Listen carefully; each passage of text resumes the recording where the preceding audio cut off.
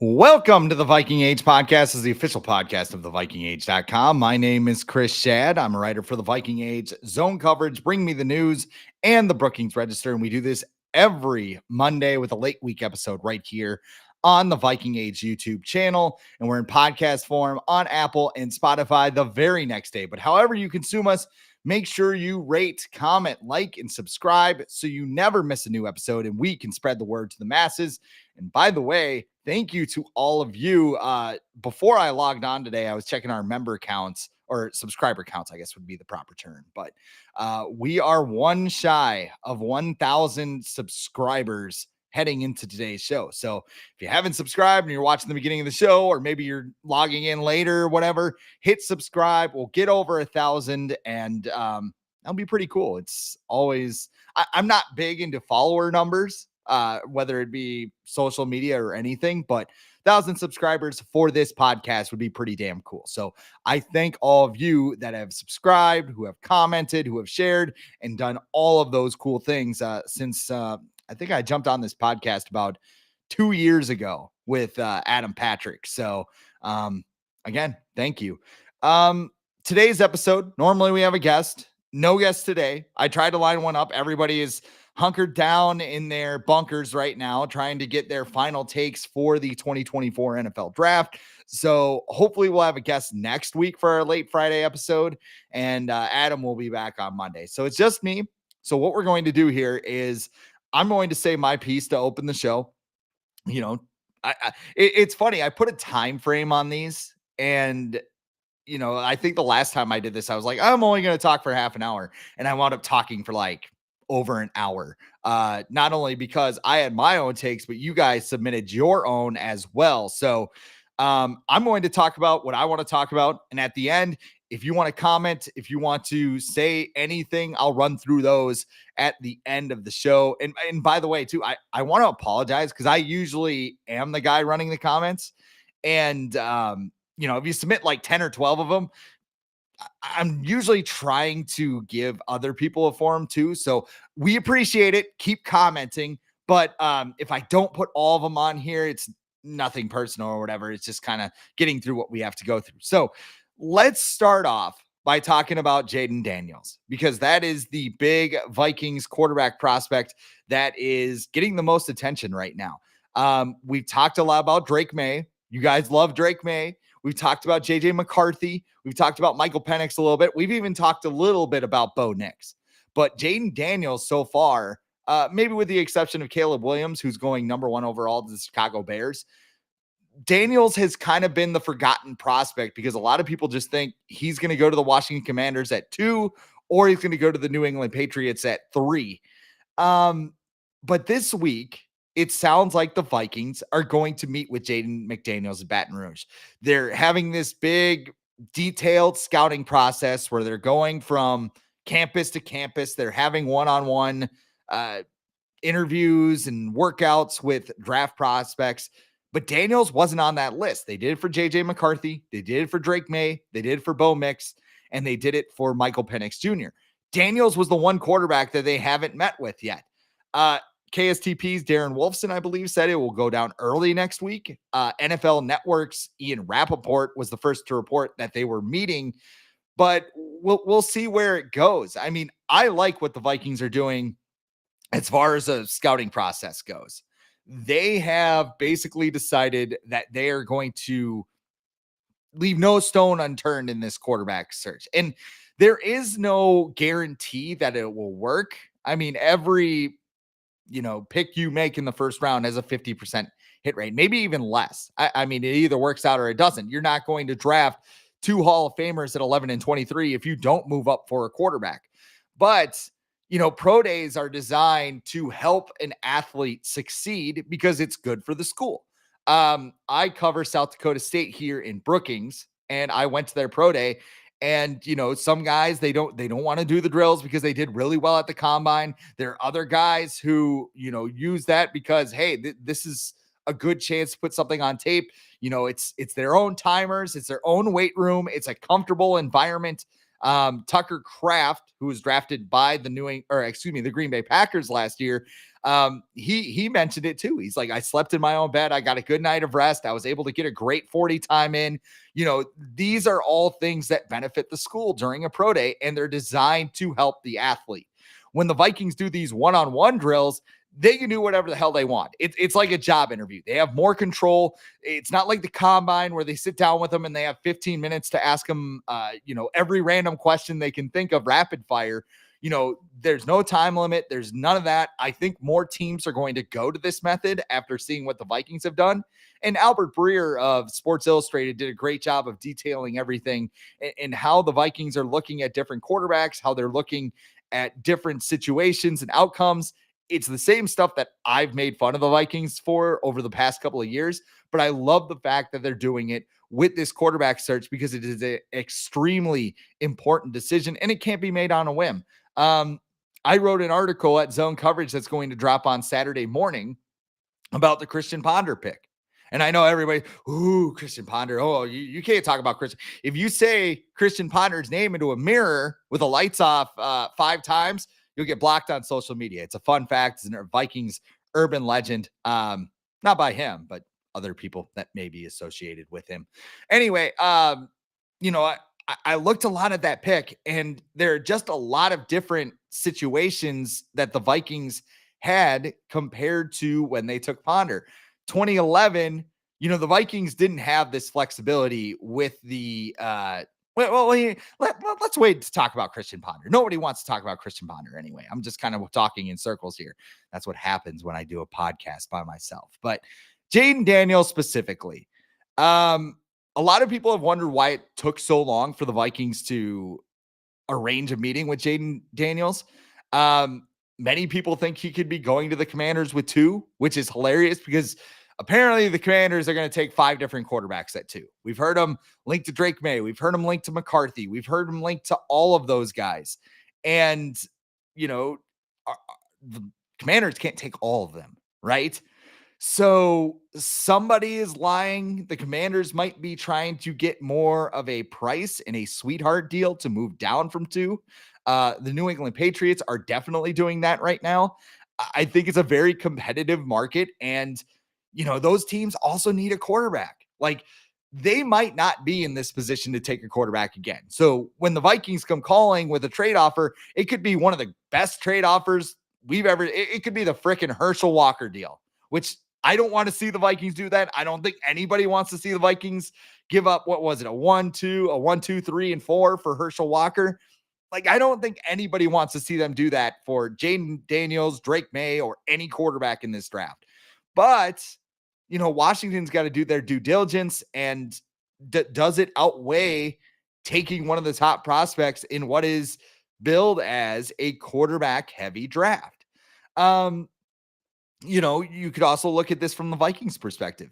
They may have looked at Jayden Daniels and said, hey, this isn't a scheme fit for us. Like, yeah, he's a dual threat. Yeah, he's pretty accurate downfield, but we just don't think he would fit in our system. And we might prefer Michael Penix or, we don't really like, Kwesi talked about it during his press conference yesterday about walk-away prices for a prospect, right? He's like, maybe we like a Michael Penix, taking him at 11 or whatever, and, passing on or I keep wanting to call him McDaniels because as you can see, I'm in Timberwolves mode, but Jayden Daniels, because it's going to cost us 4 first-round picks. So, I mean, there's a lot of things at play here, but you look at Jayden Daniels and you realize he could bring a lot to the Vikings as that quarterback of the future. Remember, Brett Coleman reported, and this was a couple of months ago, that Anthony Richardson was a target for the Vikings. The Vikings spent a lot of time with him in the pre-draft process and everything else. And when you look at Anthony Richardson, you could see a lot of the things that Jayden Daniels has.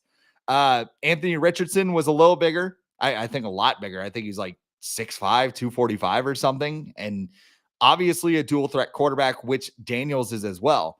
But Daniels is an advanced passer. He completed 72% of his passes at LSU last season. I know he didn't perform well at Arizona State, and he was okay in his first season at LSU. but he really took a step forward. And I think that's more encouraging than a prospect like Drake May, who was really good in 2022 and dropped off in 2023. Now, there are other factors that contributed to Drake May sliding down the board a little bit, but a lot of the things with Daniels are encouraging. I mean, people talk about the Lamar Jackson comp all the time, and I don't think that's exactly what the Vikings need when in terms of a mobile quarterback. Think of Josh Dobbs with the Vikings last year. Kevin O'Connell got the most out of him, but he played out of structure all the time, and it drove Kevin O'Connell insane because he was missing wide open. He was missing throws downfield. He was missing windows to make bigger plays. Like he just didn't like having that quarterback who kind of freewheeled it behind center. You know what I mean? So when you look at Daniels, he's a quarterback that can process things. He sits back in the pocket. We had Thor Nystrom on, I believe, in December, and he talked about him playing this fighter pilot simulation thing, which is supposed to like simulate being in a pocket in a real game.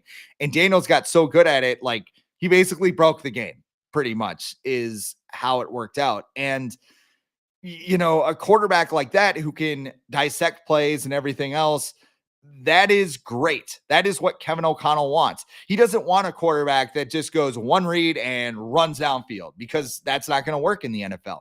He want, like, even a quarterback like Drake May, he's not, people have compared him to Josh Allen.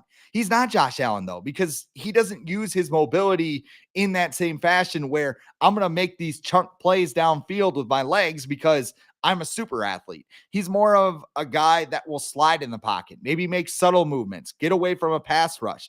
The problem with Kirk Cousins is that he had deck anchors for feet, and he got on his spot and he said, I'm not moving here. I'm going to make my decisions based on what I see from this spot. Now, did he do it at times? Yes. But too often, there would be pressure up the middle because Garrett Bradbury is getting thrown around and Kirk Cousins would go down with the sack, or, he'd have to check down to TJ Hawkinson on a 4th and 8. I think there was pressure on the interior on that play. I haven't watched it in a while, but it's one of those things you consider when looking at these quarterbacks. And if you have a quarterback like Daniels, it makes life easier on your offensive line.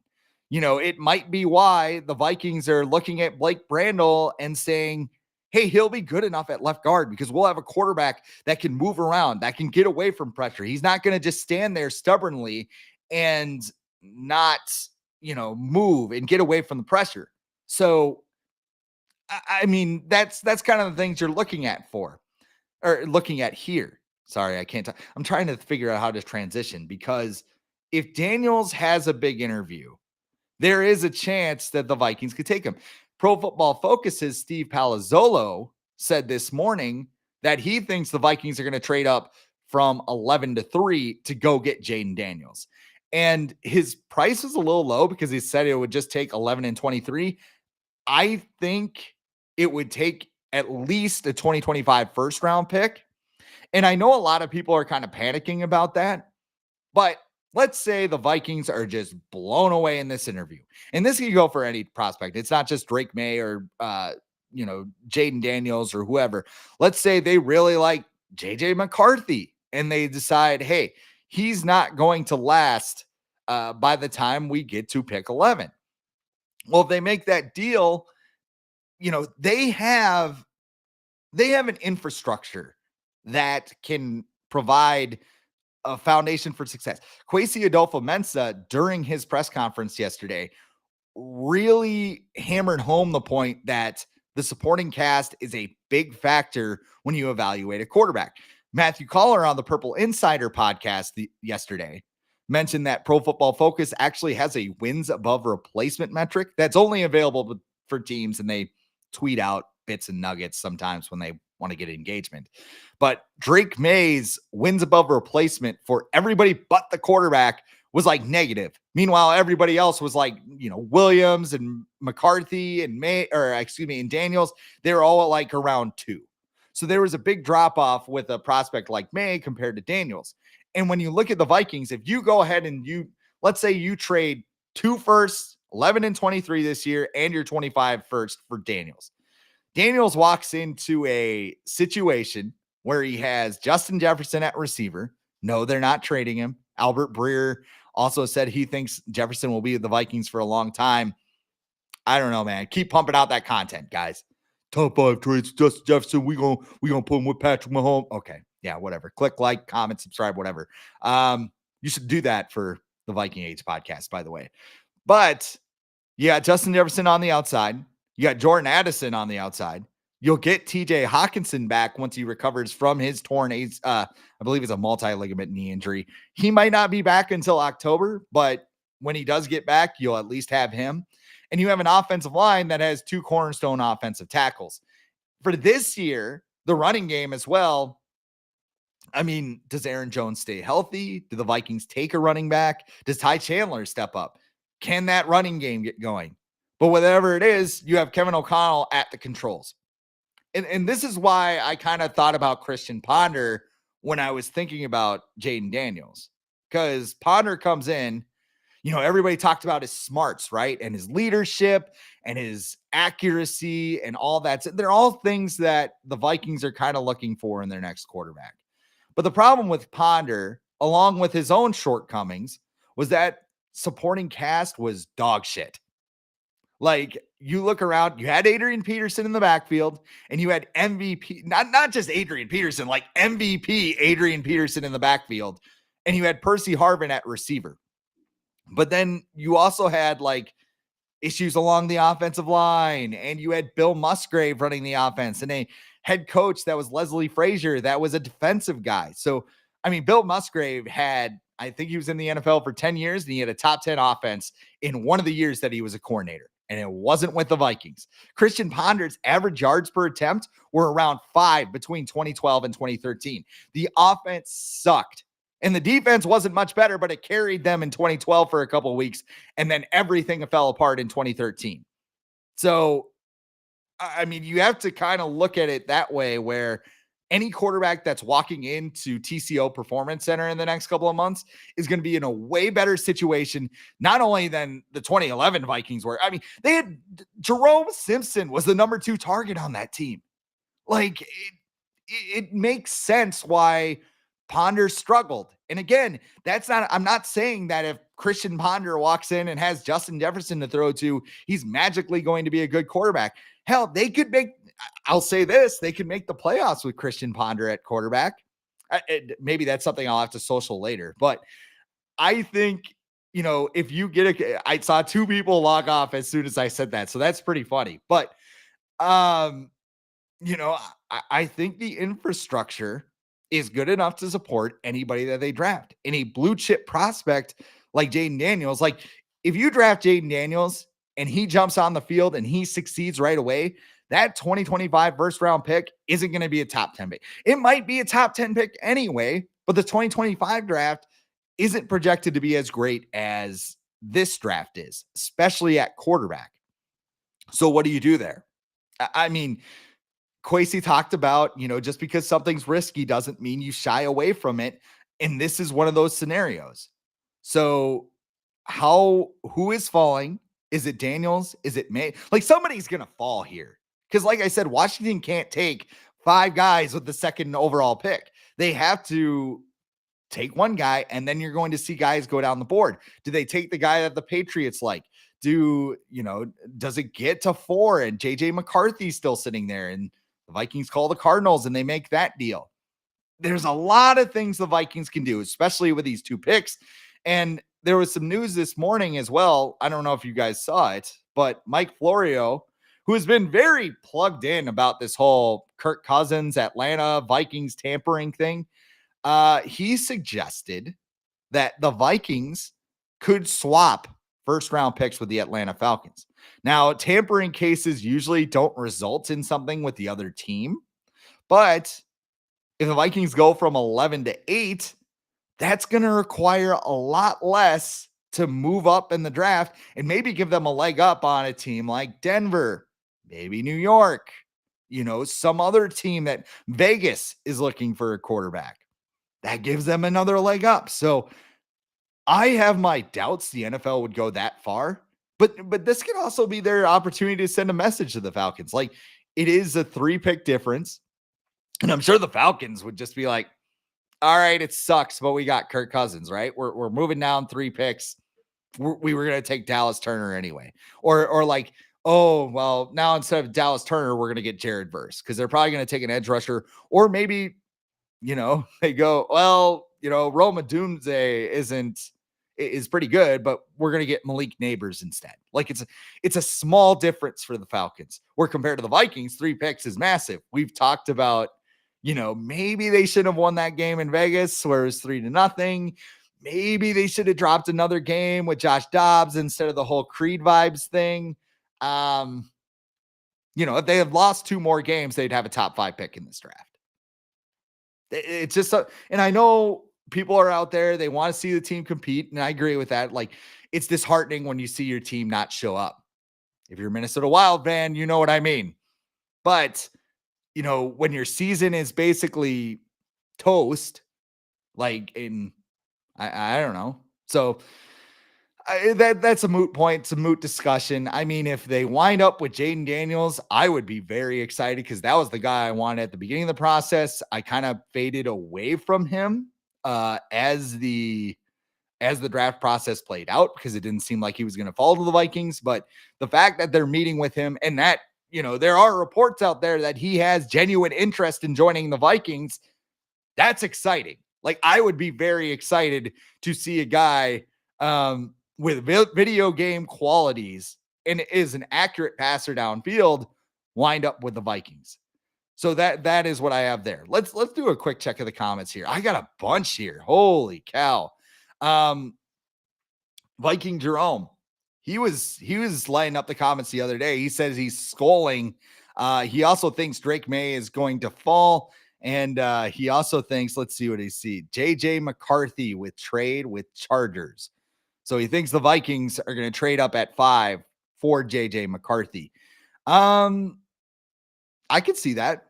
Like, I've had the bizarro idea that Jim Harbaugh is going to take JJ McCarthy at 5. But like we've said too, that's kind of flawed because, okay, are you going to have McCarthy sit behind Justin Herbert for 2 years? Because that's what you need to do. Or are you going to trade Justin Herbert after June 1st in an environment where everybody knows what you're doing? You're trying to flip Justin Herbert and you're trying to set JJ McCarthy up for success. I mean, I don't think that's what's going to happen with the Chargers. I think they're going to look to trade down, but they're not going to get cute with it and take a quarterback when they already have a franchise guy who has a very heavy cap hit if he is traded.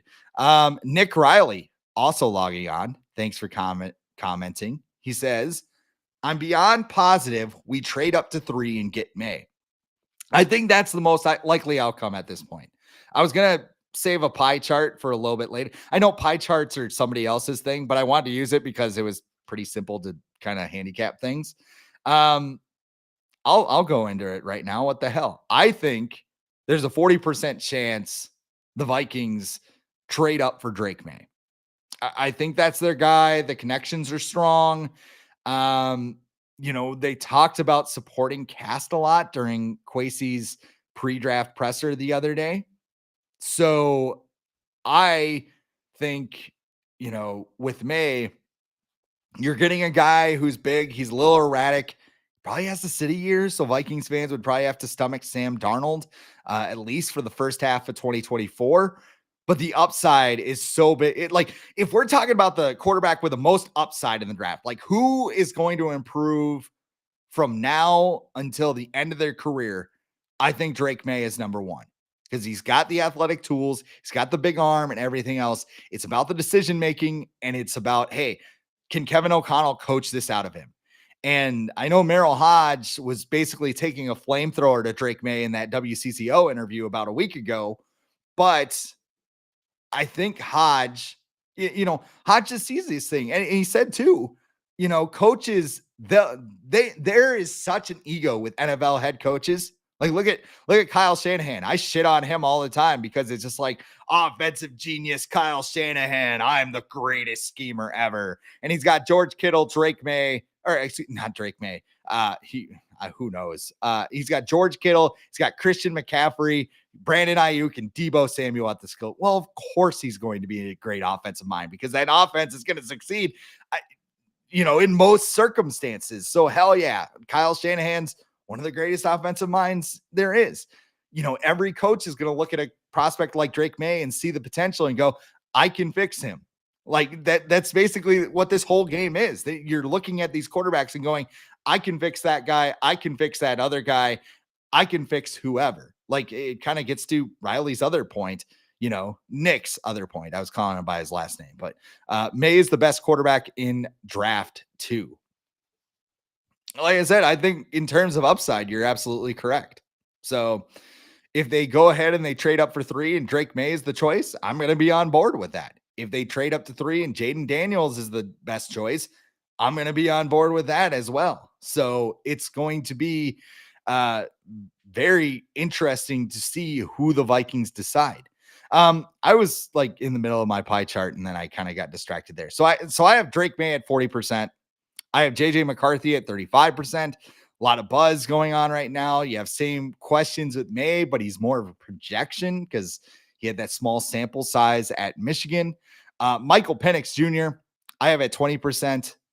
Just because the Vikings could call and like both teams could be they could either be absolutely crazy with their asking price and be like, give us 4 first-round picks, and Kwesi could hang up the phone, or they could turn around and be like, you know what? We like these guys, but we believe that we can get Penix at 11 and we could get another pick. We could get another player later in the draft. Now you could wind up with Jalen Reagor or whoever with that other pick. But at the same time, you could also, use that. I mean, look at the 2011 draft with Ponder. Like, look at the guys that went off the board in those top 12 picks before Ponder was selected. You had JJ Watts, you had AJ Green, you had Julio Jones, you had Patrick Peterson, you had Von Miller. Like all of those guys, when you talk about supporting cast and that stuff, you would love a guy like that. So you have to be careful when you make those picks. And if the Vikings like Penix enough where they think they could get Byron Murphy or something, I wouldn't love it because I'm not a Penix fan because of his injury history.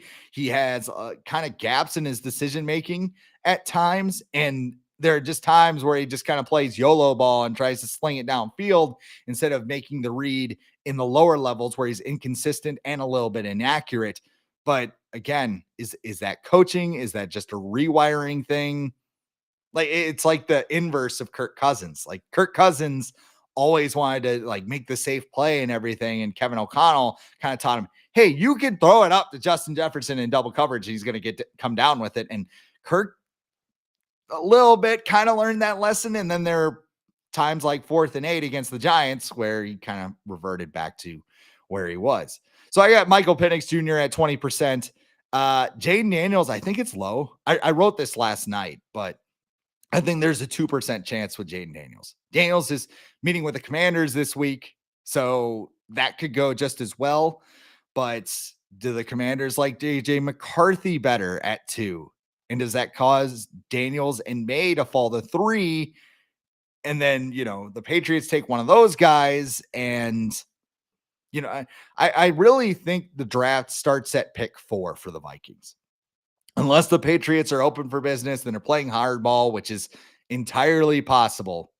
But I think their avenue to trade up for a quarterback is going to be at 4. And I think one of these 4 quarterbacks is going to slide further than people think because we don't know shit. I'll just put it that way. Like we are just sitting on our couch being like, I think that guy should go number 1. I think that guy could go number 2. And in 2022, we were talking about Malik Willis and Kenny Pickett as like top 15 picks.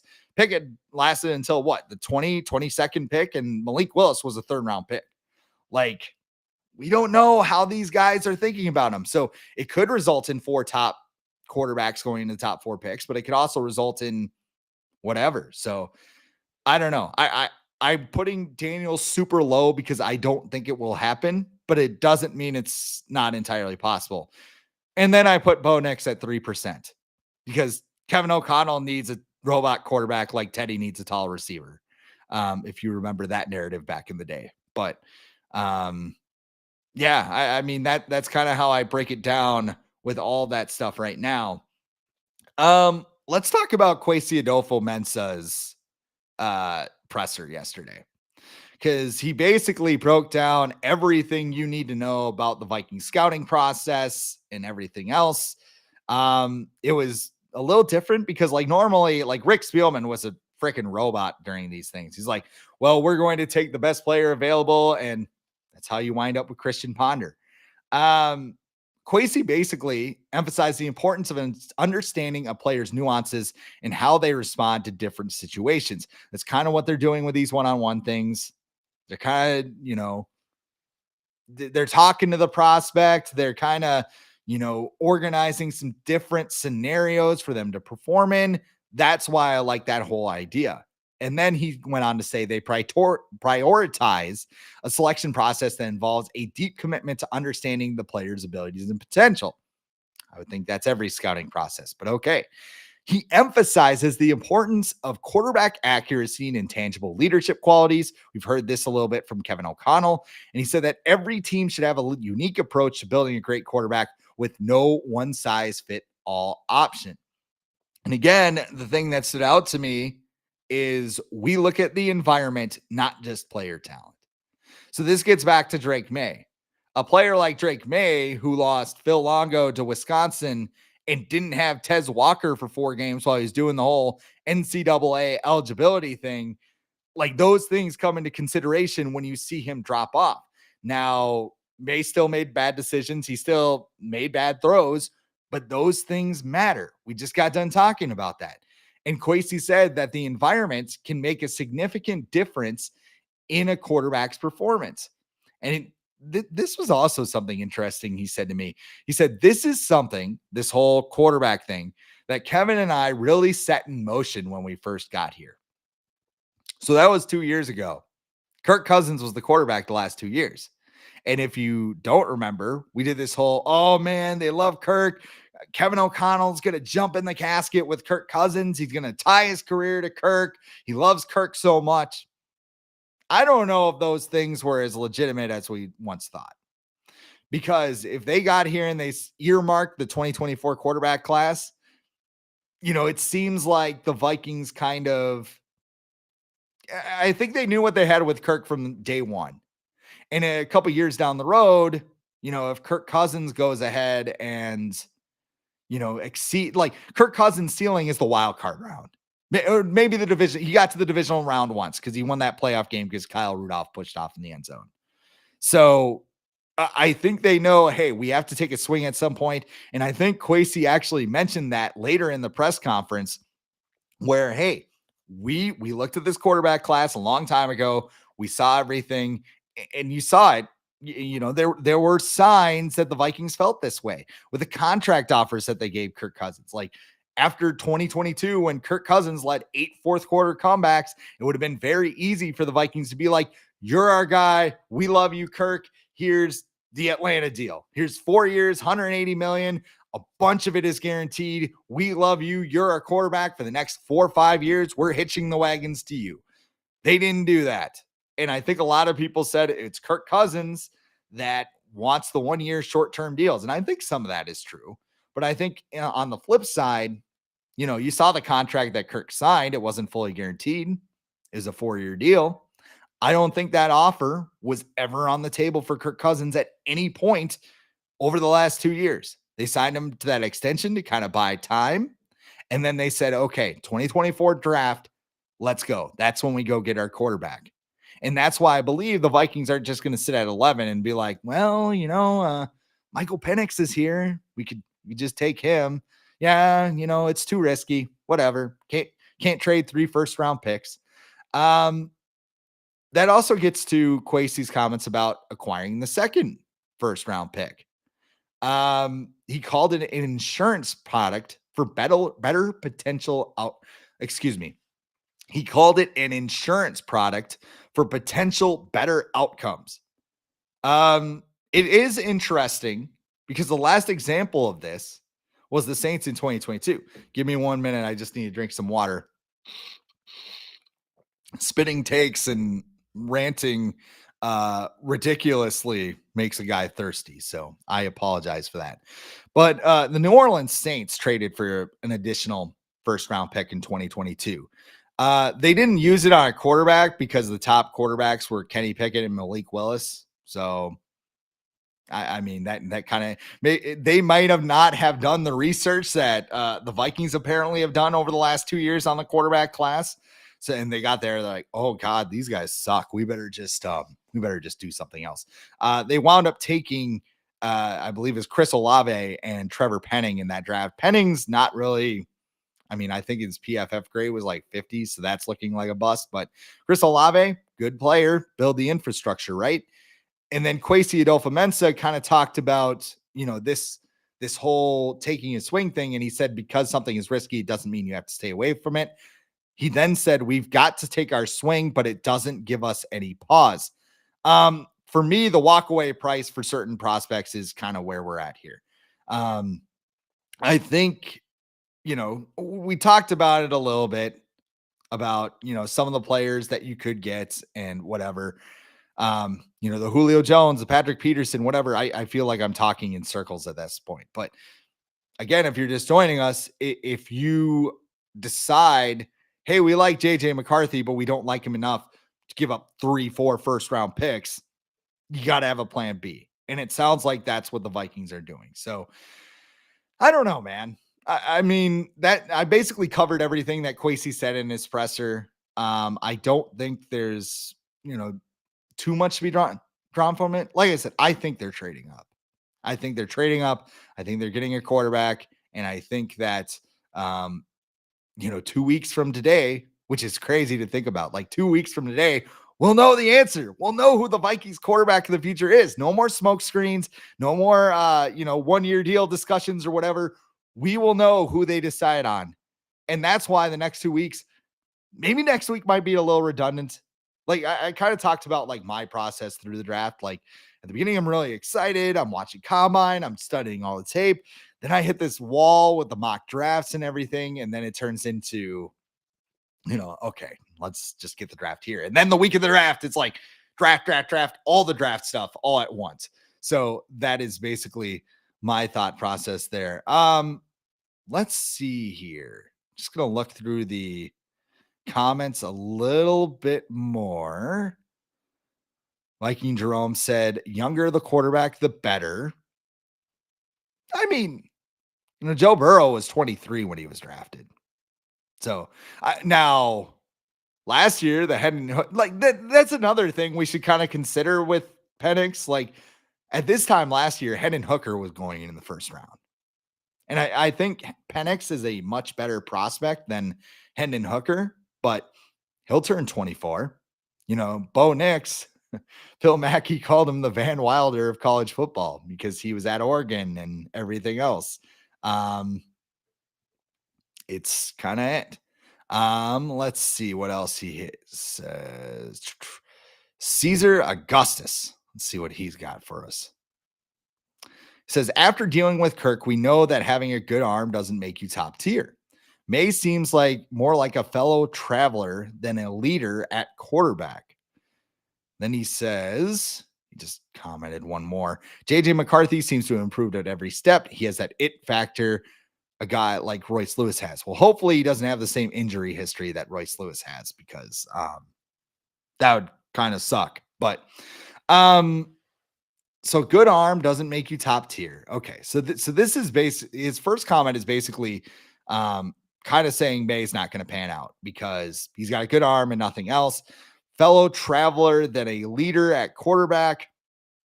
I could kind of see that. I think that's one of the things that maybe you and I don't know right now, but that's one of the things that the Vikings have to decide when they make these one-on-one interviews and these one-on-one trips. Does the guy in Caesar's words here, and I'm sorry if it's Cesar or whatever, I don't mean to mispronounce names.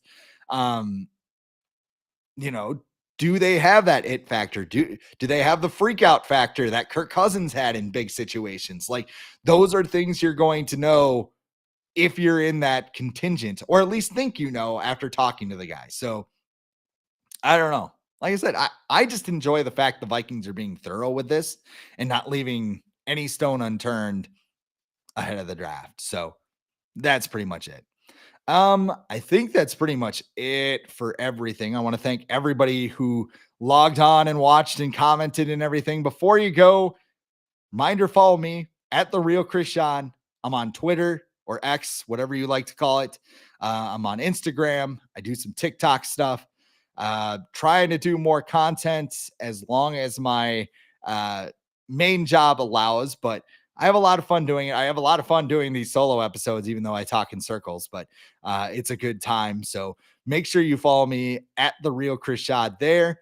And hey, make sure you're hitting the subscribe button because, like I said, before I logged on here today, we're at 999 subscribers.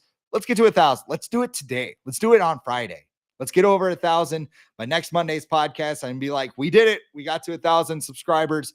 So if you're watching this and I don't know, just go ahead and subscribe. But this is the Viking Age podcast. We do this every Monday with a late week episode right here on the Viking Age YouTube channel, and we're on podcast form on Apple and Spotify the very next day.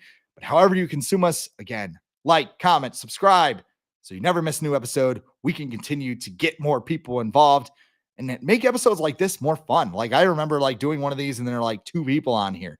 The fact we have comments, the fact that we have, people reading our stuff and watching it on YouTube and everything, that's fun to me. That's what makes this job more fun. And, it kind of picks me up as long as I don't fall asleep right before the podcast to do these episodes. So it's super fun. Adam Patrick will be back on Monday.